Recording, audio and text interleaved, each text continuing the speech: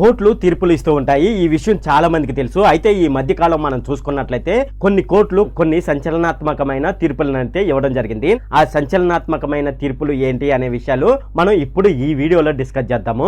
ఈ వీడియోలోకి వెళ్లే ముందు నాదొక రిక్వెస్ట్ ఫ్రెండ్, అదేంటంటే ఈ వీడియో కనుక మీకు నచ్చినట్లయితే ఇక్కడ కింద ఉన్న రెడ్ కలర్ సబ్స్క్రైబ్ బటన్ మీద అయితే ప్రెస్ చేయండి. ఇలా మీరు రెడ్ కలర్ సబ్స్క్రైబ్ బటన్ మీద ప్రెస్ చేయడం వల్ల నేను చేసిన ప్రతి ఇన్ఫర్మేషన్ వీడియో అనేది అందరికంటే ముందు అప్డేట్ రూపంలో మీ మొబైల్ కి అయితే చేరిపోతుంది. ఇప్పుడు మనం వీడియోలోకి అయితే వెళ్ళిపోదాం. ఈ మధ్య కాలంలో మనం చూసుకున్నట్లయితే కొన్ని రాష్ట్రాల్లో కొన్ని కోర్టులు కొన్ని తీర్పులను అయితే ఇస్తూ ఉన్నాయి. అయితే ఇవి ఇచ్చే తీర్పులు దేశ రాజకీయాలపై, సామాజిక వ్యవస్థపై, అలాగే న్యాయ వ్యవస్థ పైన గణనీయమైన ప్రభావం అయితే చూపుతున్నాయి.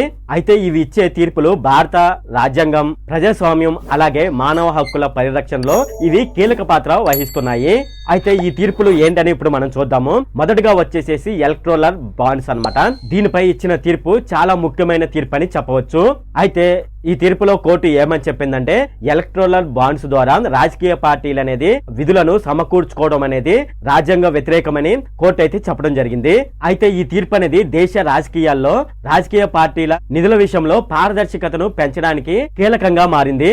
ఇక ఇంకొక ముఖ్యమైన తీర్పు మనం చూసుకున్నట్లయితే ఆర్టికల్ 370 పై ఆర్టికల్ 370కి సంబంధించిన పునరుద్ధరణకు సంబంధించిన తీర్పు.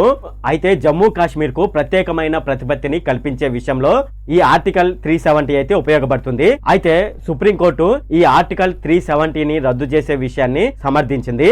అయితే ఈ తీర్పు ద్వారా జమ్మూ కాశ్మీర్ లో శాంతి, అలాగే జమ్మూ కాశ్మీర్ అభివృద్ధికి దారితీసేలా ఉందని చెప్పడంలో ఎటువంటి సందేహం లేదు.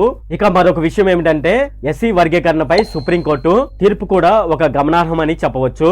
అలాగే షెడ్యూల్ కులాలు, అలాగే వెనుకబడిన తరగతులు ఉంటాయి కదా, ఈ వెనుకబడిన తరగతులకు సంబంధించి ప్రత్యేకమైన కోటాను నిర్ధారించవలసిన అవసరం ఉందని సుప్రీంకోర్టు తీర్పు ఇచ్చింది. ఈ సుప్రీంకోర్టు ఇచ్చిన తీర్పు ద్వారా దళితులలో వెనుకబడిన వారిని గుర్తించి వారి రిజర్వేషన్ లో ప్రత్యేక కోటాను కల్పించడానికి మార్గం సుగమమైందని చెప్పవచ్చు.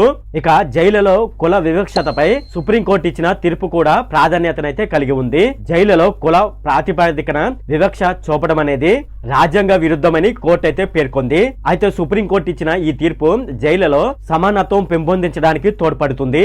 బిల్కిస్ బానో కేసు విషయంలో కూడా సుప్రీంకోర్టు సంచలనాత్మకమైన తీర్పు అయితే ఇచ్చింది. గుజరాత్ లో జరిగిన అల్లర్ల విషయంలో బల్కిస్ బానోపై జరిగిన సామూహిక అత్యాచార కేసులో దోషులను విడుదల చేయడానికి సుప్రీంకోర్టు అయితే తిరస్కరించింది. ఈ తీర్పు న్యాయ వ్యవస్థలో న్యాయం మరియు సమానత్వం పట్ల నమ్మకం అయితే పెంచింది.